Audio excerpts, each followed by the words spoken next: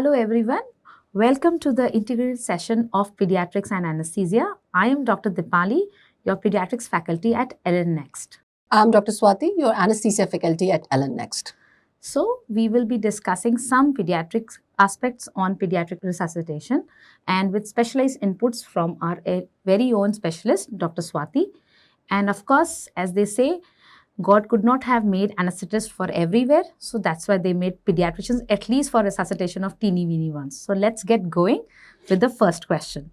A 5-year-old child is brought to the pediatric emergency in an unresponsive cyanose state with irregular, infrequent gasping respiratory efforts. The child is immediately started on bag and mask ventilation with 100% FiO2 and on palpation, the pulse is 60 beats per minute. Cardiac monitor shows some electrical activity.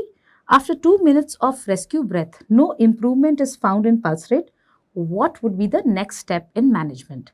So I would read out the options first and then would hand over the question to Dr. Swati.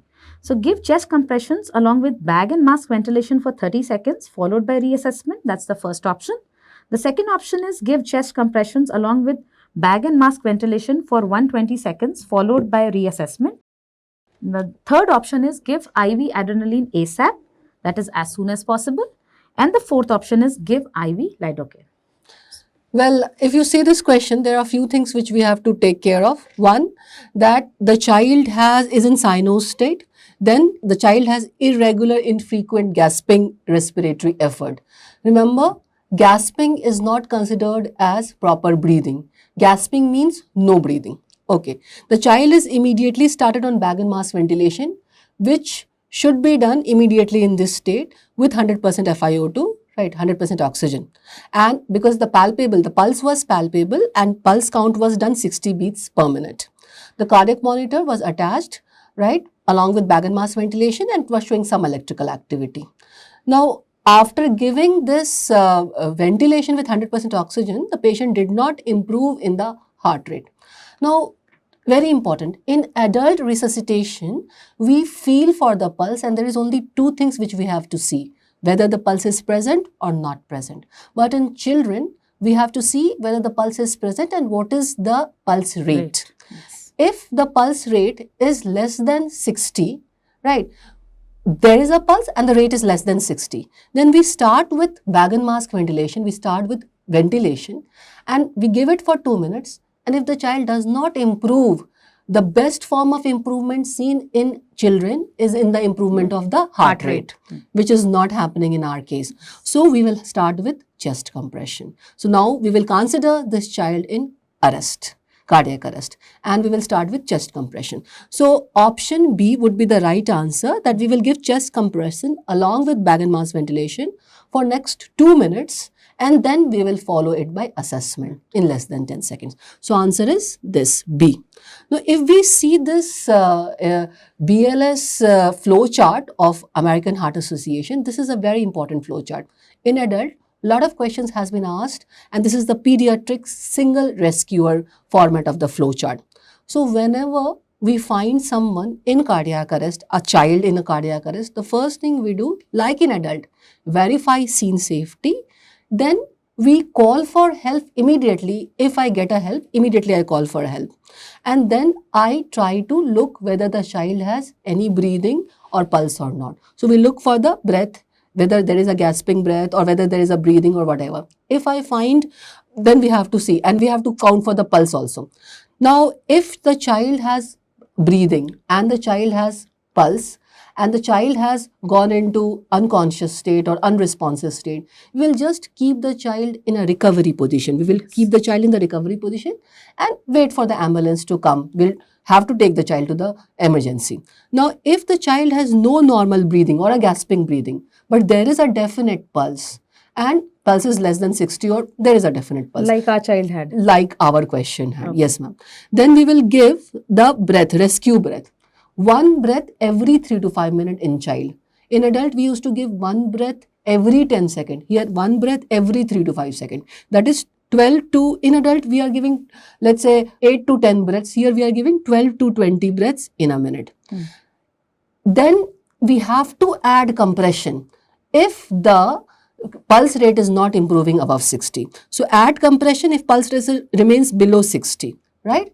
And then we will activate the emergency as soon as possible, because if we have to add chest compression and child has gone into cardiac arrest, alone resuscitation is not possible. Okay. Now, no breathing, no gasping. And I have seen child going into arrest, right? It's a witnessed arrest. Then we will activate the emergency first, always in witnessed arrest. If I have reached a child, it is unwitnessed arrest. Then we will give 1 cycle of compression and ventilation, 30 compression to ventilation till we are alone. And then we will respond, we'll go for emergency. We will activate the emergency, okay? So, as a one rescuer, I am going for 30 compression to ventilation, and as soon as another person joins, in children, we change this to 15:2. That is 15 compression to ventilation. Okay. We do it for 2 minutes. Whenever we start compression ventilation in adult, in child, in infant, we have to do it for complete 2 minutes. And after that, we reassess. Meanwhile, if the help comes, AED comes, we attach the AED, and management is according to shockable, non-shockable rhythm, which we will discuss in subsequent questions. Now, Deepali ma'am will tell you that what is the way of giving bag and mask ventilation in children. So bag and mask ventilation, as you can see, we have to see the 3 important aspects. First is the proper position. Then we have to ensure that the tight seal should be there. And of course, then if we are able to ventilate properly or not. So how do we attain the proper position is that if we are very sure that there is no evidence of neck injury, then first thing we have to do is we have to tilt the forehead back and lift the chin. Very, very importantly, because that would give us a proper anatomical Opening of the airway, and by which we can deliver the rescue breaths, right? Then next is to achieve the tight seal. So for this, we do the EC clamp position. This is your previous year question, has been asked in many times. So what is the EC clamp position is? You make E and C with the help of your fingers. So E is, first the C is made with the help of the thumb and the forefinger, by which we stabilize the mask, and the 3 remaining fingers, they will stabilize the jaw. So this is known as the EC clamp position, and this ensures that there is a tight seal between the mask and the face to minimize the air leaks and deliver the rescue breaths in an efficient manner. The third is ensuring proper ventilation. So this is by squeezing the bag which we have, and this has to be squeezed over 1 second until the chest rises. And very importantly, we do not have to hurry up, number 1. Number 2, we do not have to over ventilate. The 2 things which we have to see when we start finally with the bag and mask ventilation is, first, as ma'am said, the sure shot way of assessing whether you are actually delivering efficient rescue breaths or not is your heart rate of the child would start increasing. And second is assessing the bag and mask ventilation by means of chest rise. That a proper chest rise would tell you that you are on the right path. Right? So that I just want to add one thing. Yes. Ma'am very rightly said that if there is no neck injury, then we will go for head tilt and chin lift. Yes. And if there is a neck injury, then we can go for a jaw thrust and do a EC clamp. Both head tilt, chin lift and jaw thrust would let's say clear the airway and let's say lift the tongue. Yes. Lift the tongue from falling on the posterior wall of the airway and open the airway. Yes. Now coming on next question. Yes. So next question is, primary assessment include all of the following except. So we will talk about primary assessment, which in this question is being asked in a child who has come for undifferentiated emergency condition. So primary assessment include all of the following except airway, breathing, developmental delay, exposure. Okay.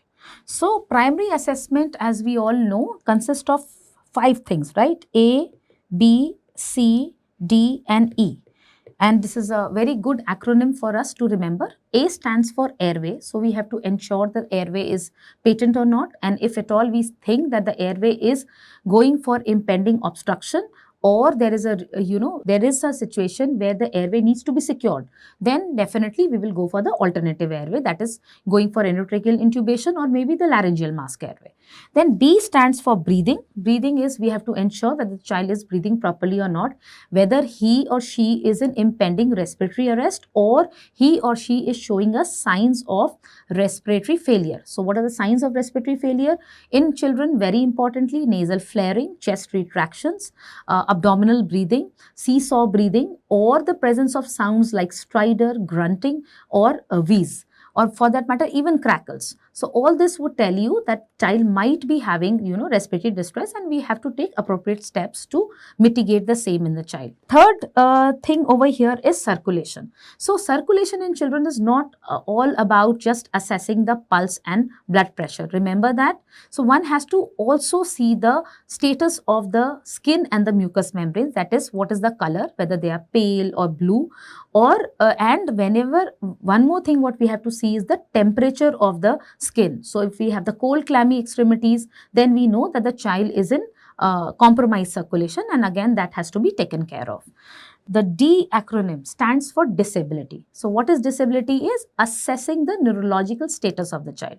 Now the disability, if I have to write down over here, can be assessed by many ways. So one is your AVPU scale, another is your Glasgow Coma Score scale, and the third is simply by looking at the light reflex, the pupillary light reflex. So that is the simplest one.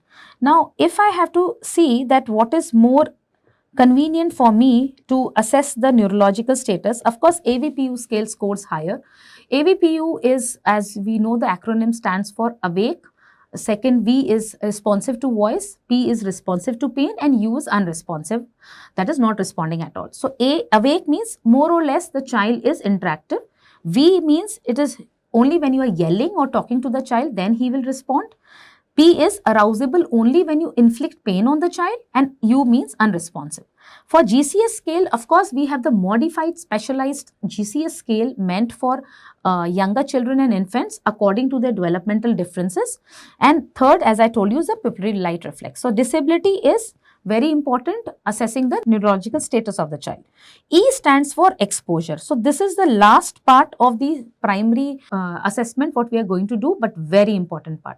Exposure means that we have to actually open the clothes of the child and look for evidence of any trauma, fractures, burns, and maybe that is the thing responsible for the child being in the current condition. Sometimes if we can do an extensive assessment, then we have to look for bruises, PTK, maybe we get a clue to the diagnosis of the underlying condition for which the child has presented to us in such a state, right?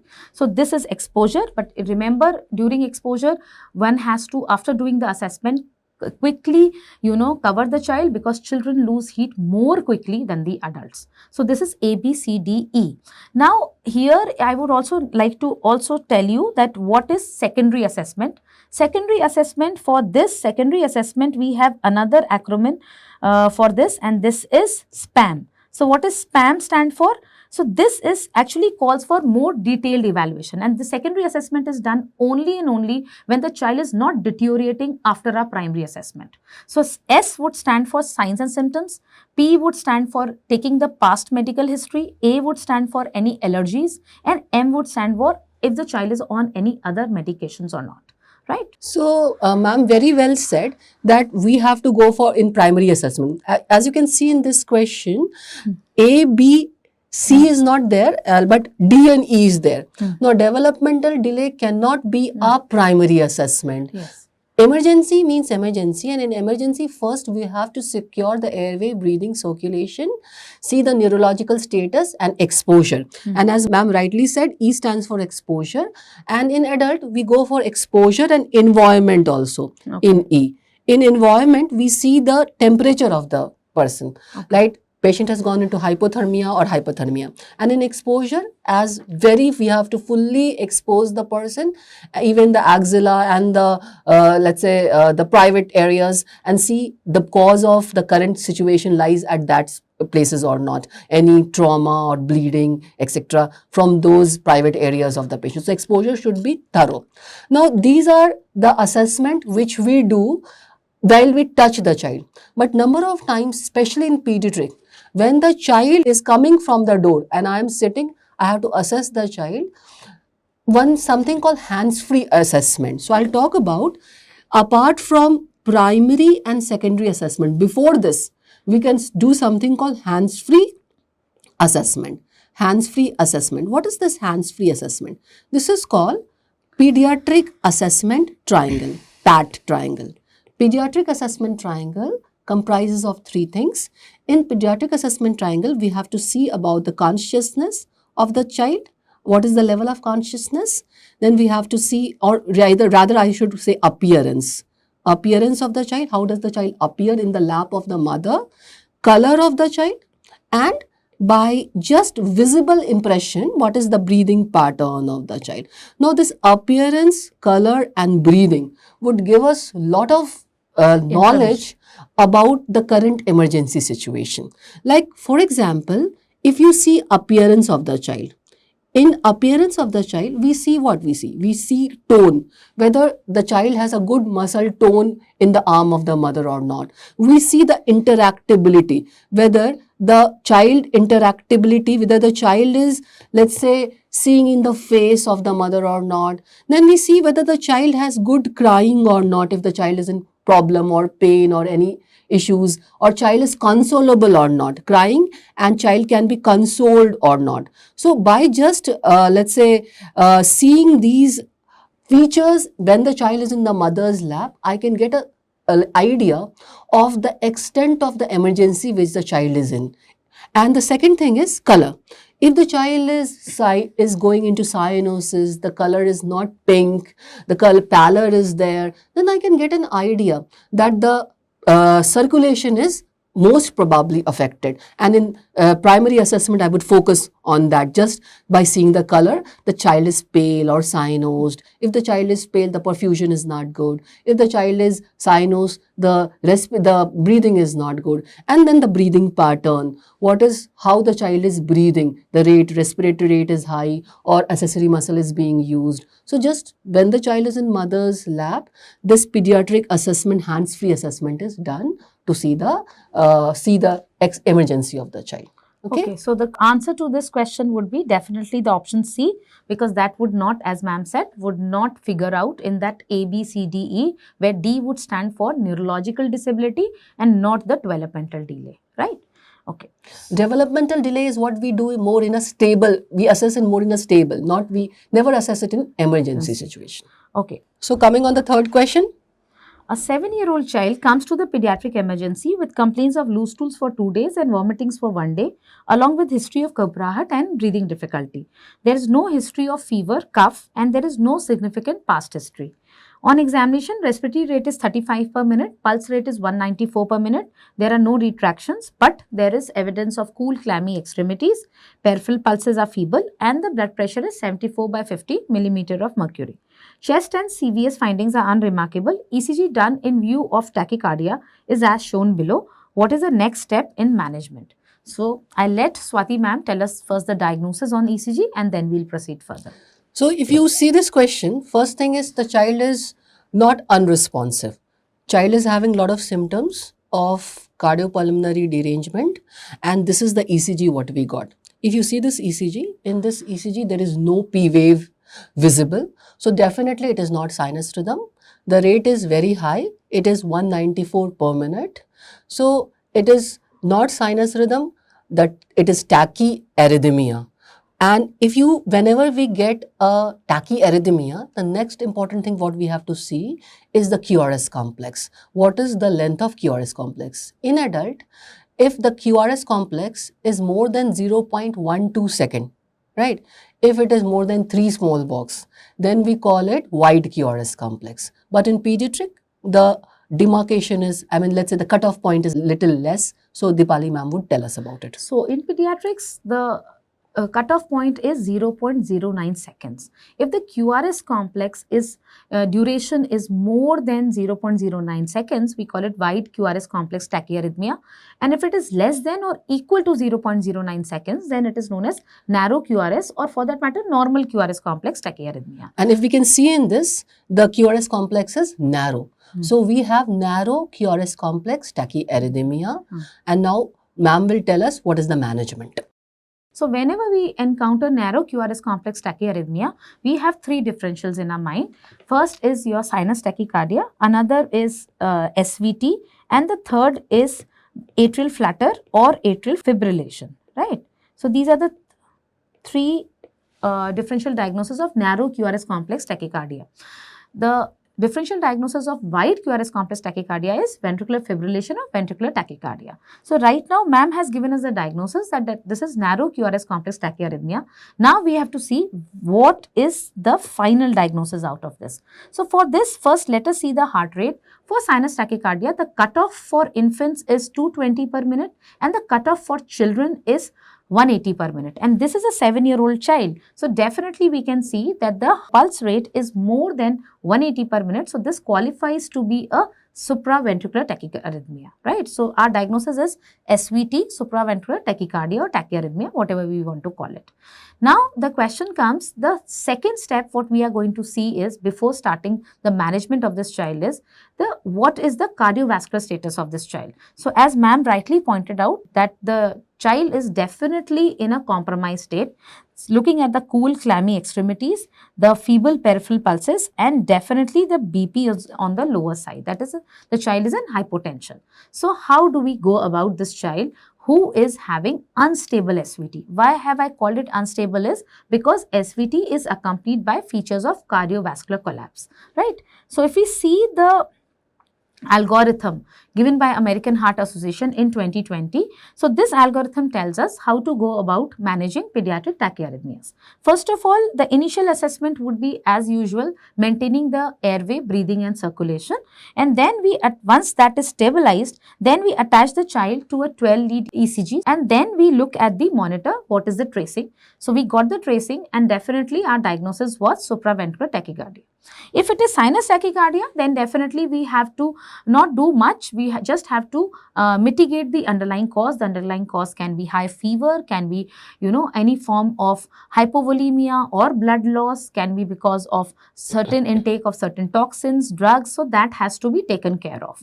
Coming to the other causes of narrow QRS complex tachycardia. So we know there is cardiovascular compromise. So we will go into this limb, and here, as ma'am has already evaluated the QRS duration for us. So this is a narrow QRS complex tachyarrhythmia and our diagnosis comes down to supraventricular tachycardia.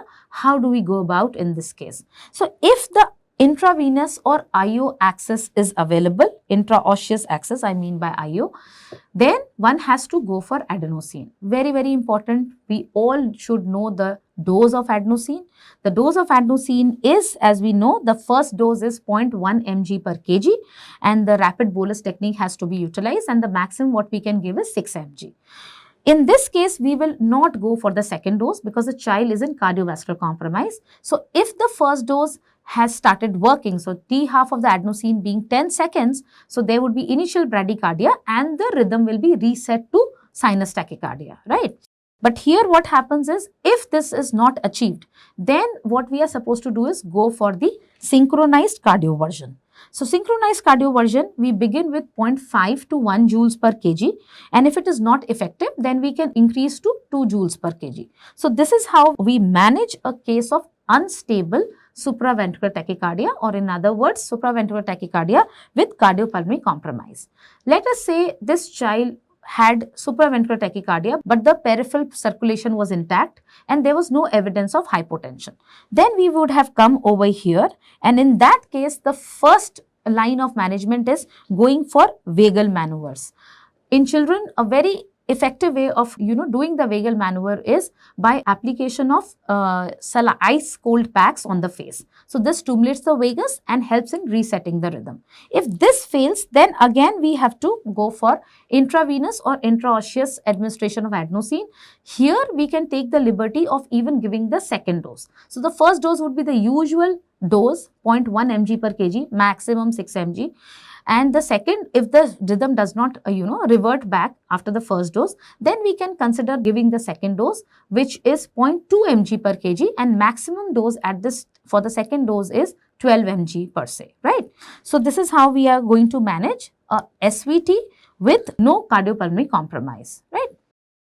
Now, if in the same question which we saw, if we would have got this kind of ECG tracing, so the child has come with vomiting and passing the stool from last 1 or 2 days, was in hypovolemia, now was symptomatic and was being managing on some symptoms.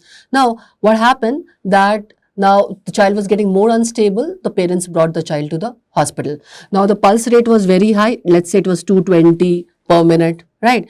There was cold clammy skin, there was peripheral pulses were feeble, blood pressure was low. So again, it is asymptomatic with this kind of ECG tracing. In children, you will more see a supraventricular tachyarrhythmia. You will see this ECG tracing less.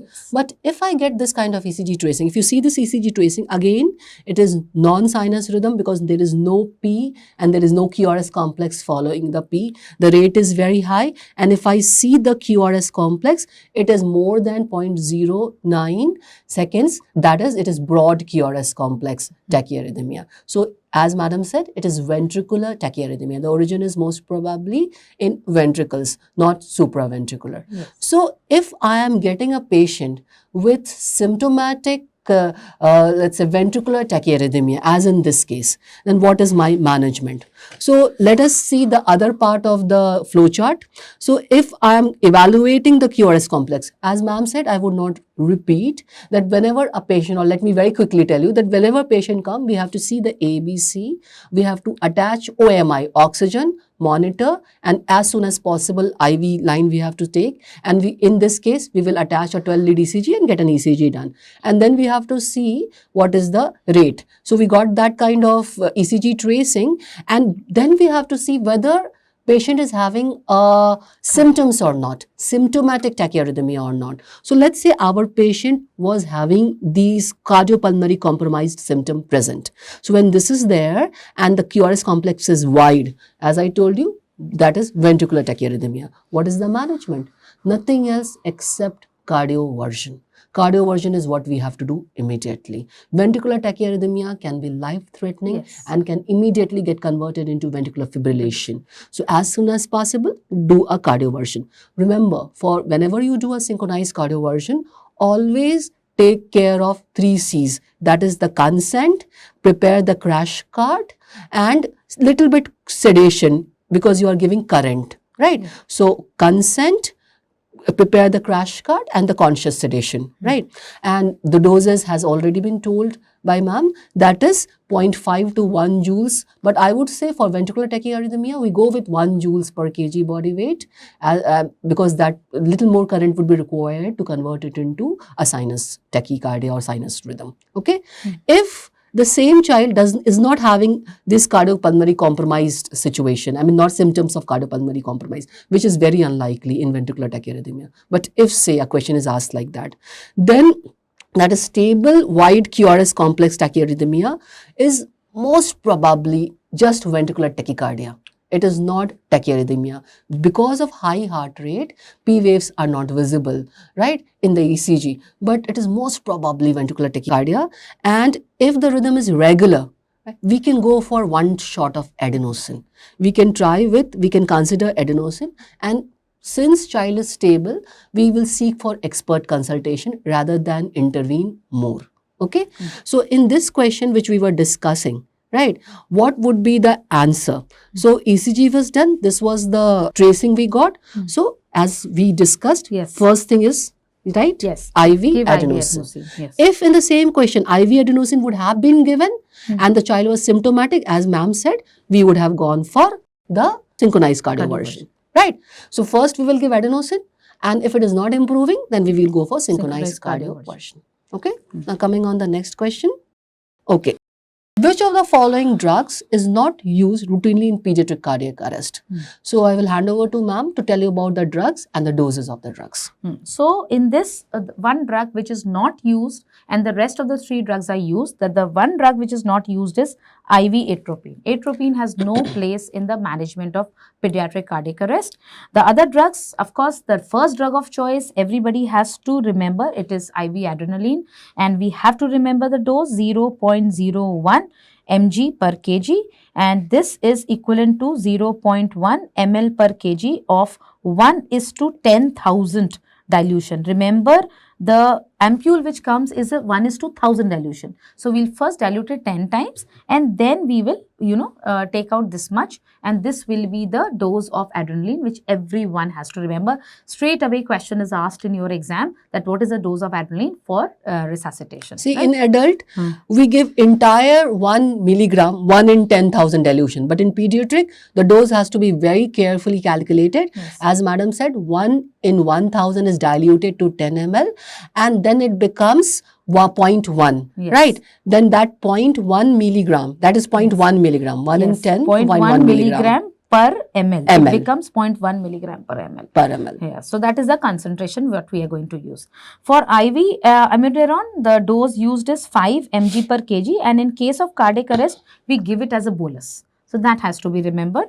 For IV lignocaine, the dose is 1 mg per kg, and then this is the loading dose. Remember, this is the loading dose, and then it is to be followed by infusion of around 20 to 50 microgram per kg per minute. So this is what is the doses which you have to remember, very important from the pediatric point of view.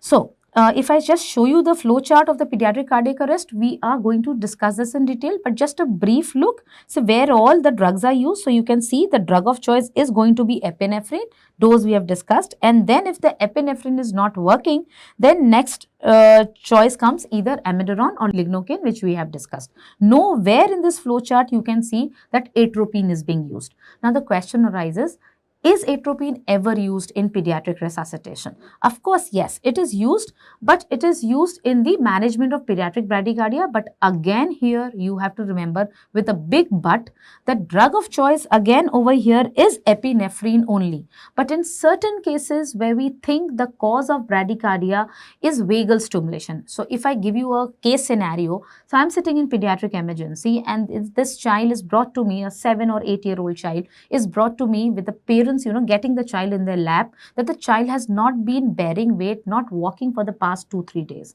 And, he is having, looseness of limbs. That is what the, parents say in their own language. And when I assess the child, the reason for them coming now is that the child is having some disorderly breathing pattern, which is, telling them that there's something not right with the child. So when I assess this child, what I get to see is that there's total hypotonia and this acute flaccid paralysis, and the reflexes are not elicitable, and probably, now even the respiratory involvement is also there. So what I am finding is ascending kind of paralysis, and with the history of having a URI 3 to 4 weeks back, so probably I'm dealing with the case of GBS. So this is, I know that since the child is an impending respiratory failure, I need to secure the airway. I check the gag reflex is also gone. So all the more that I have to secure the airway. So it's an elective intubation, we arrange for the intubation and we attach the child to the cardiac monitor, and the pulse rate, getting over there on the cardiac monitor, we can see the pulse rate of, let us say, 80 or 90 beats per minute. And, we are all set. We hyperoxygenate the child first, and then we start with the, endotracheal intubation. The moment I put in my, laryngoscope and then, the appropriate side endotracheal tube, what I see is that the heart rate or the pulse rate, as we call it, has fallen down to 40. So what have I done? I have stimulated the vagus. So this kind of scenario, I wait for a while for the, I carry on with my intubation, and I also have my sight on the cardiac monitor. If the pulse rate does not pick up, so what do? Here comes the role of atropine. Because I have stimulated the vagus, I need to give a medication which is antivagal in action. So there only the atropine is used. And the dose of atropine, as we can see, is 0.02 mg per kg. The maximum dose is 0.5 mg. So this has to be kept in mind. Atropine has limited role in the management of pediatric bradyarrhythmia. However, the star again for pediatric arrhythmia is epinephrine only, right? Okay. So next question is, which rhythm should be shocked? So here we have ventricular fibrillation, pulseless ventricular tachycardia, pulseless electrical activity, or both A and B. So ma'am would take over. So let us talk about pediatric cardiac arrest. So whenever we get a pediatric cardiac arrest, always let's say how do we approach a patient in cardiac arrest? Remember, for a good ACLS, we need to have a good BLS first. So once I have confirmed the child is in cardiac arrest and I'm starting with a high quality resuscitation, what all things which we do? Let's say we have started BLS and the ACLS team has taken over. The first thing which we do, attach the monitors. We attach the cardiac monitor. So I have attached the ECG, and now the management would depend upon the type of rhythm we get. So as an adult in pediatric also, there are 4 rhythm possible in cardiac arrest: ventricular fibrillation and pulseless ventricular tachycardia, asystole and pulseless electrical activity. So let us talk about first the left side of the cardiac arrest algorithm, that is ventricular fibrillation and pulseless ventricular tachycardia management. Both these are shockable rhythm, right? Why shockable rhythm? What is the requirement of shock? See, heart is fibrillating in ventricular fibrillation due to any reason, and in pulseless ventricular tachyarrhythmia, the heart is beating at a very fast rate. So in this case, if we give shock to the heart, if we give electrical stimulus to the heart would stop, and the natural rhythm of the heart is sinus rhythm.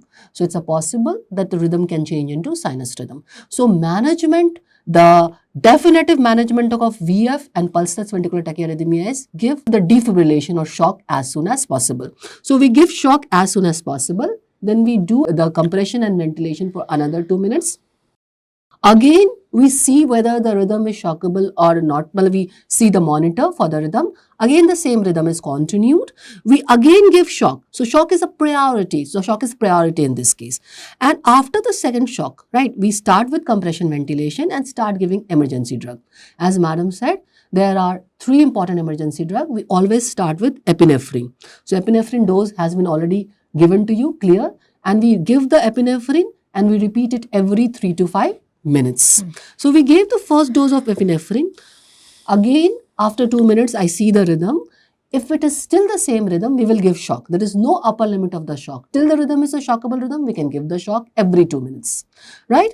After, let's say, 1 dose of adrenaline, we can go for amiodarone as the second drug, right? Continuing with the CPR. Remember, the drugs given during resuscitation should always be given along with chest compression. Then only it will go into the circulation, right? It should never be given when compression is not being done. It should be given along with compression, with a bolus, with a fast bolus of fluid. Then only it will go in circulation. So amiodarone can be given. Dose has already been discussed. And if amiodarone is not available, lidocaine. So these are the 3 interventions which we do in a shockable rhythm: shock, the adrenaline, and amiodarone or lidocaine, right? Apart from compression and ventilation.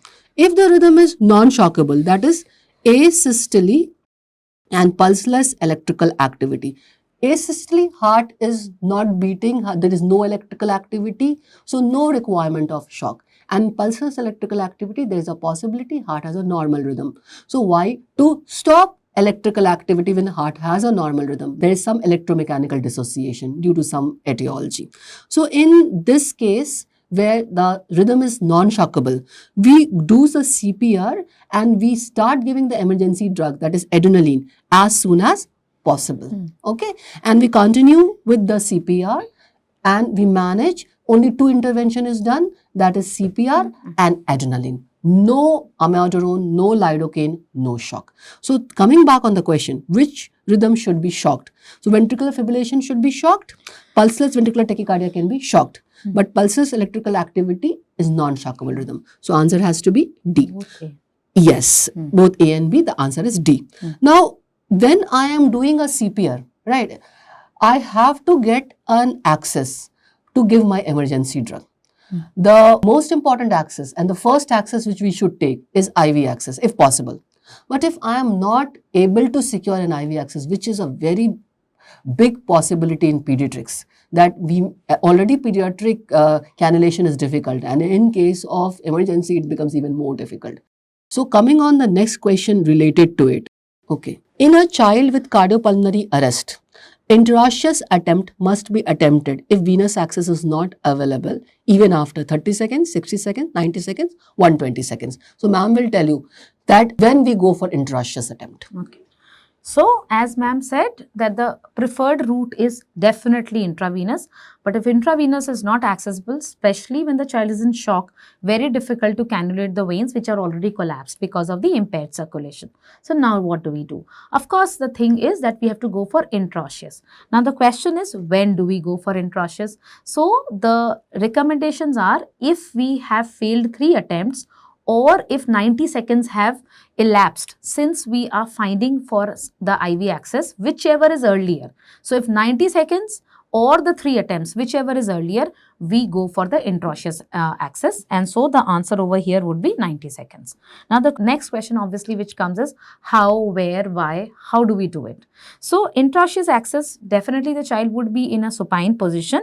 We support the knee with the help of a towel, and then using all the universal precautions, we clean the site, prepare the site with betadine or chlorhexidine, and using specific intraosseous needle, we have to find the site. Now, what is the site where we go for the intraosseous access? That would be age related, that I would discuss in the next slide.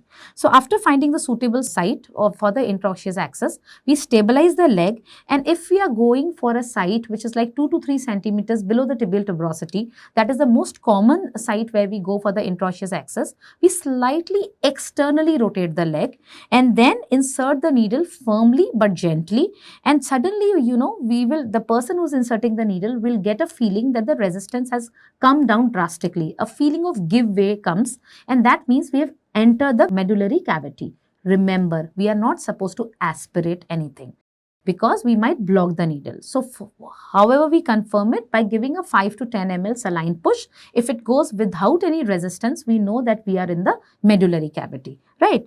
And then we can attach our IV fluids. We can, administer any drug through that route. And another, marker that we are in the right position is that this intraosseous needle would then be vertical and would not move. It is now fixed. That would also give you an idea that you are in the right place, right? Okay. So, now coming to the discussion of what are the sites for intraosseous access. So, as you can see, for infant, it is 2 to 3 centimeters below the tibial tuberosity, and we have to externally rotate the leg, as I told you. Then, for the child, you can either go for the distal part of the tibia, or you can go for the iliac crest, anterior superior iliac spine being one of the site. Other site can be the iliac crest per se, as I told you, and the third site can be posterior superior iliac spine. Either of these 3 can be given, but it is kind of a cumbersome place. So, we would prefer going for the distal tibial location. Then the adolescent age group, we have 2 choices. Either we go for the 2 to 3 centimeters below the tibial tuberosity as we did in the infant, or we can also go in the, you can look for the intraosseous site in the lower part of the femur just above the condyles, right? So, these are the favored sites for intraosseous access, and this is the intraosseous needle. Ma'am would tell us about it. So, this is the intraosseous needle. As you can see, it's a trocar with a stylet in it. So, when we introduce it, we never have to remove the stylet or it can get blocked. Yes. And as Dr. Deepali told you, that when you feel when you are introducing it into the medullary cavity, if you feel a loss of resistance or you feel a give way, you are supposed to be in the medulla. And then only you will remove the stylet and you will give the saline and see for the free flowing of the saline. If that happens and needle gets fixed, you are at right place. So, let us very quickly discuss what are the accesses which we have to use in different age groups. So, if it is a neonate. Yes. Then the preferred mode is definitely umbilical venous catheterization, right? So, ma'am can write it for us. So, umbilical venous catheterization, but remember, only up till 7 days of life, because as we know, the ductus venosus, the connection between the umbilical vein and the inferior vena cava, closes between day 7 to day 10 of life. So, beyond day 7, this would not be the preferred route. Before day 7, this is considered to be a very good route. So, in neonatal resuscitation, umbilical vein would be the best site, the easiest site which we can access as soon as possible. So, let us talk about infant. Yeah. So, for infant, it was 2 to 3 centimeters below the tibial tuberosity. IV would be best. Yes. Then intraosseous. Yes. And intraosseous means the site would be tibial tuberosity. Yes. 2 to 3 centimeter below tibial tuberosity. Yes. Right? 2 to 3 centimeter below. Right. 2 to 3 centimeter below tibial tuberosity. Okay. Child? Yeah, for child, as we saw, the distal part of the tibia, that is the preferred side. But of course, even the iliac bone can also be used. So, first, IV would be best. again, Then intraosseous, as the ma'am said, Hmm. distal part of tibia. Yes. Okay. Hmm. And any other and place? iliac crest. Iliac crest. Okay. Yes. Okay. So in child, iliac crest. Okay. Then adolescent. Okay. Adolescence? So adolescent will be again 2 to 3 centimeter below tibial tuberosity. Again, IV would be the best, of course. Yeah. And IO would be 2 to 3 centimeters below tibial tuberosity, or the distal part of the femur just above the condyles. Very good. Yes. So distal part of The femur femur. Just above- above condyle. just above Just the above condyle. proximal to the condyles. Just above the condyle. Condyles. Okay. So this is for the pediatric. Adult, definitely we will go for IV first. And in adult also, if I am not able to have an IV access, I will go for intraosseous. Yes. And in adult, intraosseous, two important site. Like adolescence, 2 to 3 centimeter below the tibial tuberosity, and we can go for humerus. Okay. Right? In adult, we can go for humerus also. Same, depending upon the patient which we are going for interosseous, we have to choose the cannula accordingly. Right? So there are few different types of cannula available which we use in infant, child and adult. So we have to use the proper size cannula.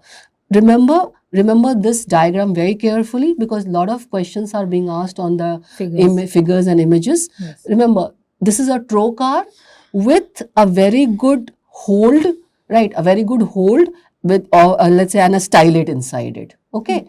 So this is your intraosseous needle. Intraosseous needle. Okay. So one question we missed, ma'am, right? Yes. So we'll discuss that question as well. Yes. Okay. The same scenario can be asked either in the one-liner form or in this form. So I'll Yeah. just read a question Yes. and ma'am would take over. A 5-year-old child admitted in the hospital as a case of gastroenteritis with sepsis suddenly becomes unresponsive and is seen to have irregular gasping respiratory efforts with absent pulses. CPR is immediately started and the child is attached to a cardiac monitor which shows the following ECG. What would be the next step in the management?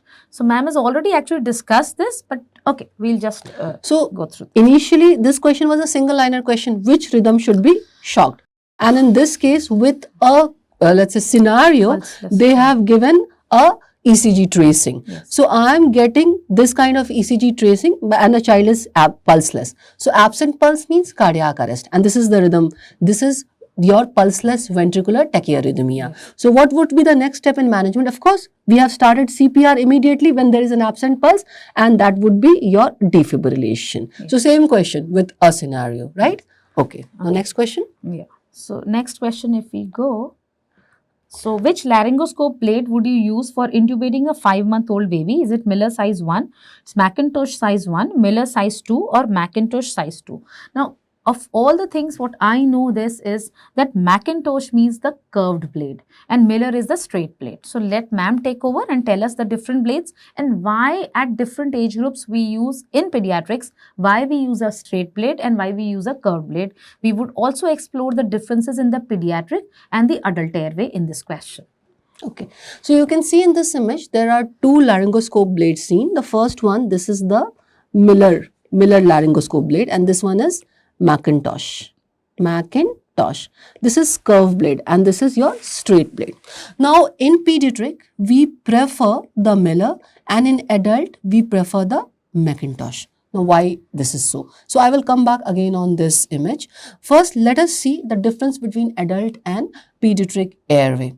Well, if I start from outside, the child or infant, they have a prominent occiput and short neck. So positioning in them is little difficult.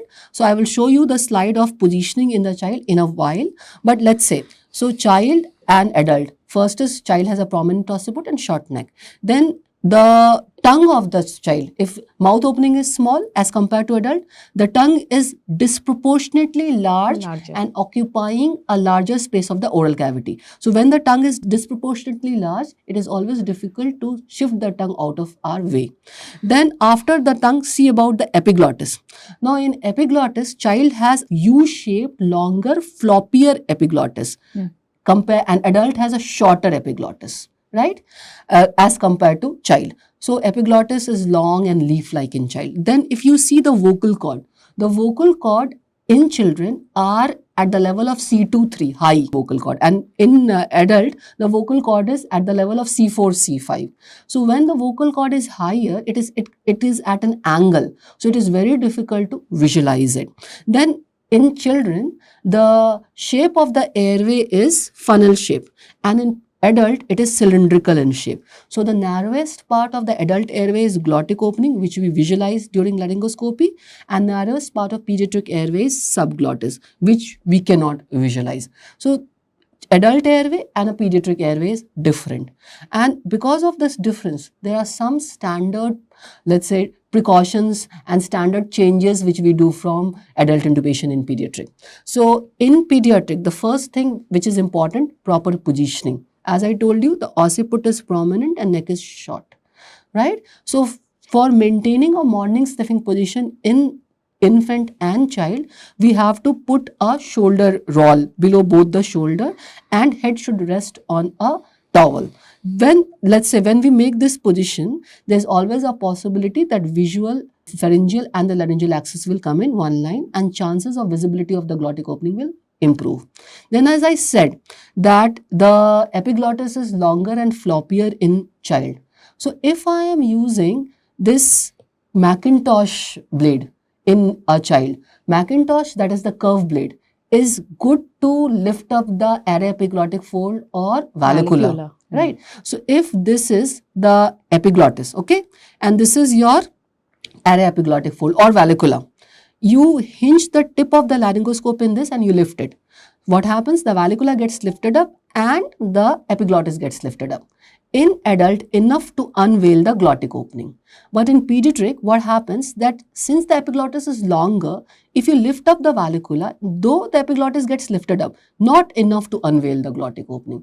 So in pediatric, instead of lifting the array epiglottic fold or vallecula, we lift up the whole epiglottis. Yes. So to lift up the epiglottis, Miller blade is more useful. The straight blade will go below the epiglottis and the entire epiglottis can get lifted up. The curved blade will go into array epiglottic fold and the array epiglottic fold will get lifted up. So I can see the airway well in pediatrics by that. Yeah. So once the epiglottis is lifted up, I can see the glottic opening. So if I would tell you the sizes based on age, in newborn, we use the Miller 0, size 0 Miller blade. 1 to 12 month. Our question, the child is of 5 month. We will use Miller 1. 1 to 3 years, we will use the Miller 2. And beyond 3 years, you can go for either straight or the curved blade because gradually the epiglottis is becoming like an adult epiglottis. Okay. So in 3 to 12 years, we can go for Miller 2 or Macintosh 2. And above 12 years, like an adult, we can go for Macintosh 3 or we can go even for Miller 2 also, right? So coming back on our question, the answer has to be the Miller size 1. So once I am visualizing the glottic opening, now I have to put the tube. So Deepali ma'am will tell you about different types of endotracheal tube which we use in pediatric. Okay. So what are the indications of endotracheal intubation? First is definitely if we have to secure the airway, like we saw the case I had just narrated to you, a case of GBS had come to us where the there was ascending paralysis along with the respiratory failure. The gag had also gone off. So we knew that the airway was unsecure.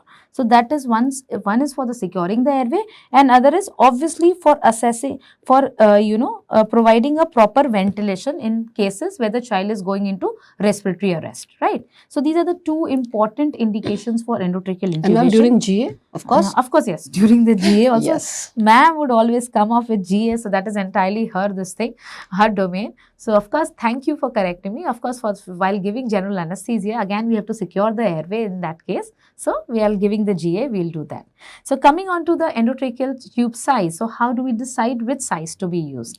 So for uncuffed tube, we have the formula where you calculate age in years, that is given, which is divided by 4 plus 4. So this will give you the uncuffed size tube. Remember, the answer which we get is something which is to be visualized in millimeters, and this refers to the internal diameter of the tube. Always remember, if I say 3.5 millimeter endotracheal tube, so 3.5 millimeter is going to be the internal diameter of the endotracheal tube. This has to be kept in mind. Now if it is a cuffed tube I am going for, then the formula changes to age in years, same, divide by 4, but then 3 over here, because cuffed tube would definitely require a smaller diameter as compared to uncuffed tube. Now the latest recommendations that have come in 2021, they tell you that cuffed tube is to be now preferred in endotracheal intubation. Preferably, in the past we were using cuffed tube for older children, and we were not using cuffed tube at all for infants and younger children. But now with the latest recommendation, the cuffed tube has gained precedence over the uncuffed tube, because they say that the cuffed tube provides a better kind of ventilation by decreasing the air leaks. And secondly, the cuffed tube does not need to be changed again and again, because once it is fixed, and that would reduce the number of trauma the child is exposed to when you change the uncuffed tube again and again. So previously the concern was that the cuffed tube actually induces some kind of necrosis to the surrounding tissues, but now they are unfounded. These fears are unfounded, and that is why the studies have shown that cuffed tube has a better kind of delivery of the breaths to a child who requires endotracheal intubation. So this is nowadays preferred, right? So we know the formula, how we have to use the endotracheal tube. If I have to say the same, so this formula is to be used only when the child is above 2 years of age. Now what about the younger children, and of course the infants and the neonates, right? So in the neonates, the thing how we remember is, if the neonate is between 1 to 2 kg, then we use a 3 size endotracheal tube. If the child is less than 1 kg, then it becomes 2.5, and if the child is more than 2 kg, then it becomes 3.5 mm tube. And for the first 2 years, for the first year in fact, we use the 3.5 mm tube only. So I hope this is clear. We should know the sizes of endotracheal tube, because this is again asked in your exam. Now the next is, if we are using the cuff tube, then what should be the cuff inflation pressure? It should be less than 20 to 25 millimeter of water. So that should be the cuff inflation pressure. We should not go beyond this, because again that would result in pressure necrosis, and we do not want that. Now, what should be the depth of insertion? There are 2 ways of, calculating the depth of insertion. One is just by, if we know the internal diameter, that is the size of the tube what we are using, we just multiply it with 3. That will give you the depth of insertion. Remember, in centimeters. That has to be remembered. Okay. Then other way of doing it is, like again, we see the age of the child in years, we divide by 2 and we add 12 to it. So that would again give us the value in centimeters, the depth to which we have to insert the endotracheal tube, right? So these are the different types of endotracheal tube you can see. This is the, uncuffed tube, and ma'am will tell us something about the cuffed. So you can see this is uncuffed tube. This does not have any cuff. Yes. And this is the cuff tube which creates a seal in trachea. Yes. So I told you the difference between pediatric and adult airway. I talked about that pediatric airway is funnel shape. So why was the uncuffed tube preferred? Because when the cuff was getting lodged at subglottis, there was a risk of subglottic edema. But this now has been unfound for in the newer, let's say, research. And the recommendation says nowadays that in pediatric also you can go for cuffed tube, right? Just only precaution which you have to take, that you have to maintain this cuff inflation pressure. Yes. It should not go beyond a certain limit, as has been told, that it can cause subglottic edema, etc. And if you are putting a child for positive pressure ventilation, then always the cuffed tube has to be preferred. Remember, when someone is on a ventilator, we have to create a seal for positive pressure ventilation, and we have to see the person does not aspirate. And this can only be achieved by cuff present in the tube. Okay, but still, if I would say, for exam, if they are asking that uncuffed tube is used in which patient, so pediatric patient has to be the Yes. answer. Still, you have to go for it. Okay, so this is all about I the think- tube. Yeah. So we come to the end of the session. I hope you enjoyed. Keep on MCQing. Lots and lots of MCQs would be solved, and I'm sure this session is going to benefit you all. thank you so much. Thank you. Bye.